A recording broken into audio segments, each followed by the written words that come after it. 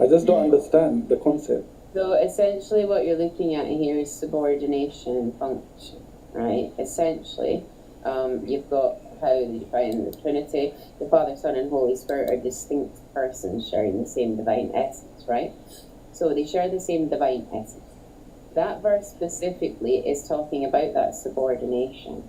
And of course, subordination here is actually a heresy. So this actual verse was one of the verses that was used to try and formulate the Nicene Creed in terms of this relationship and having the duties and roles, because this verse was far too clear to waffle about. Essentially, this was in the early writings what the justification was for this relational and functional subordination, that actually they're still the same in nature and essence, but they just have different roles. So this verse was problematic. The very same when they noticed the corruption of the scriptures, they brought up Jeremiah 8:8 at the council, Chalcedon, and said, you know what, here, this happens all the time. Look, it's not unusual for it to be corrupted. It's okay. So you've got to bring in these verses, and they are in the broader context interpreted incorrectly, because that's essentially, the verse was clear, but in order to justify this verse, this is how they came up with the theology of the functional subordination, to try and justify this distinction, because it's far, far, far too clear that Jesus is clearly subordinate to the Father, and it was a bit of an issue. Boom. According to his humanity, that's one perspective. That doesn't prove anything. We understand. That's fine, okay, even if it is according to his humanity. Even if it is according to his humanity, it's fine. So he is limited, because, sorry, I had to keep mumbling, but he is dependent. That makes him weak. Like, you know, what is this? How can you be weak? That's a bit of a hit and miss with this interdependent, okay? But the issue that Kay has is every time I speak, he's like, well, that's your opinion. Well, that's your opinion. Everything I say with scholarship is my opinion. No, my opinion, Kay, it's Christian scholarship I'm giving you. No, but DJ, even if it's a factual... Literally. DJ, no matter how much facts you're going to give, it's an opinion, even with factual every time I bring it, he always says, no matter what it is, that's your opinion. If I get something to the contrary, what's that? That's your opinion. Kay does that to every point I make. because you're speaking as a matter of fact. I understand it's your scholarship. I'm saying that you're not speaking on points according to his humanity, right? So you're making a point from one angle. That's why I'm saying what I'm saying. Well, that's literally, no, I didn't. I don't think you listened to anything I just said to you.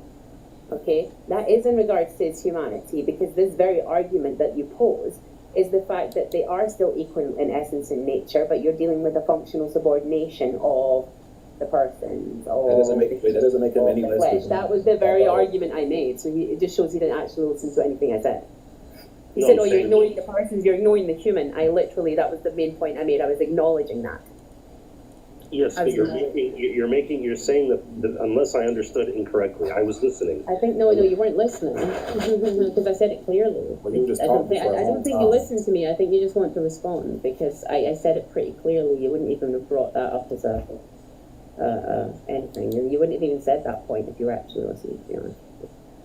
Okay.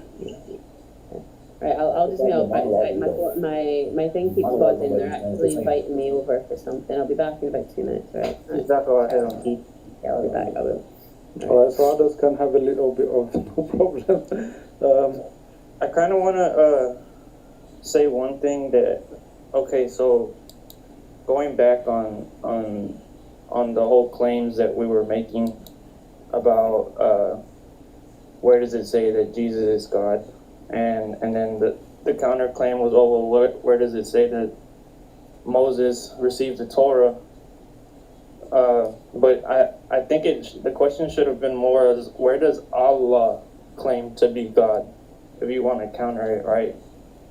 But y'all don't use that, because it clearly states that Allah is God, right? But if they want to ask that question, see, we have no problem, and it's very clear cut. We don't have to read one part and then not kind of explain the other part. The Tawheed is very, very black and white in the Quran. There is no confusion. There's no contradiction. Tawheed is all over the Quran. It's written in black and white. Where does it say that in the Quran? Where does the Quran say Tawheed? It says Trinity, same thing.